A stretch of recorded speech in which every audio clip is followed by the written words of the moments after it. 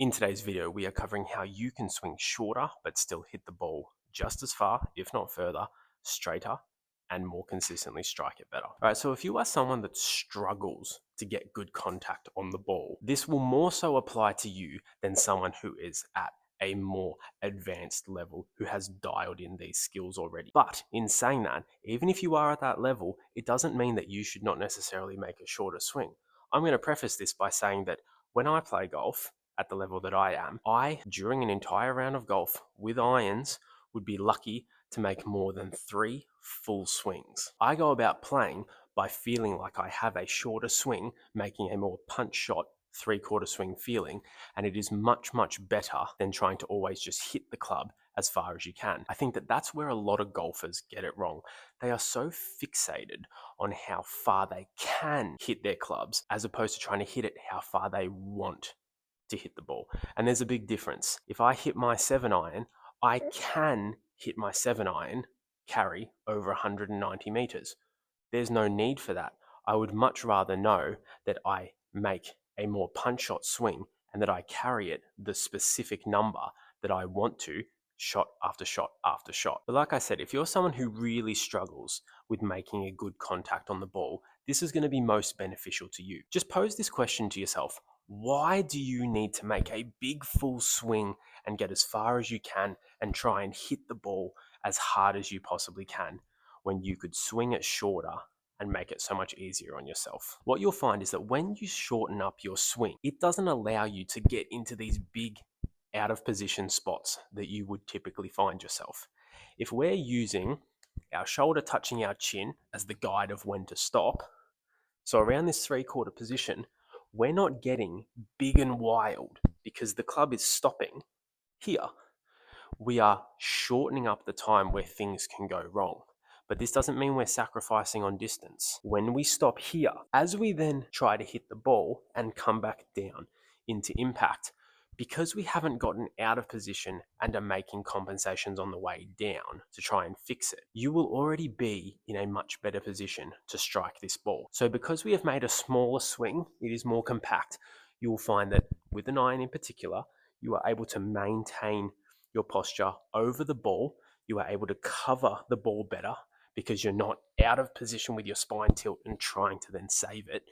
You've maintained a compact position where you can stay on top of the ball and deliver the club better and get a much more consistent strike. And that is where the benefits of this come from. We are creating a more consistent and efficient impact with the ball, which is going to result in more distance than your typical swing because it is more efficient and we are striking the ball better.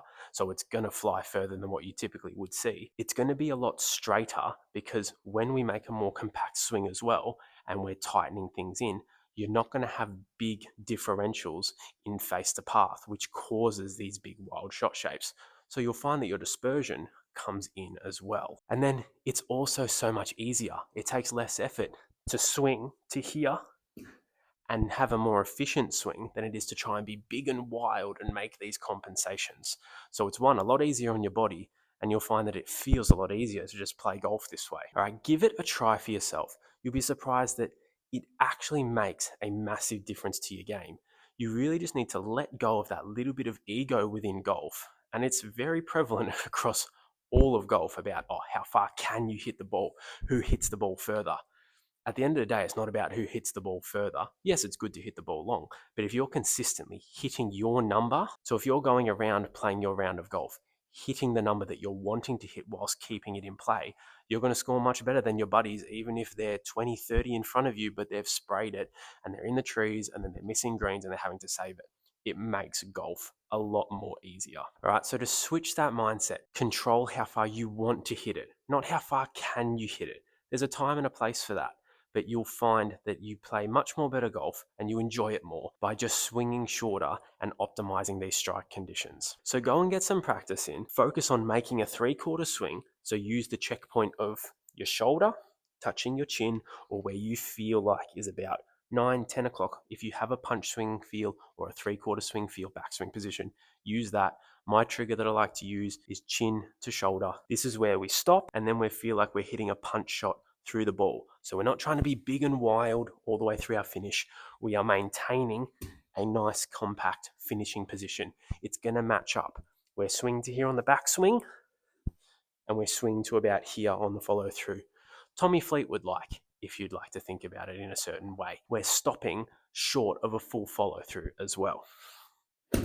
This is key in helping you maintain that compact swing and to keep the strike consistent. So go get some practice in. If you can get on a simulator to see some distances, or if you have a range that has like a flight scope or something there, great. Even get out on the course and just go to a certain distance out from a hole and start hitting some shots, and you can get some measurements that way. But start grooving in that feeling of a swing and then start hitting shots. Watch how much better the strike is, watch how much better your dispersion is, and watch how much better, or even comparable, if not further than your normal swing, your distance is.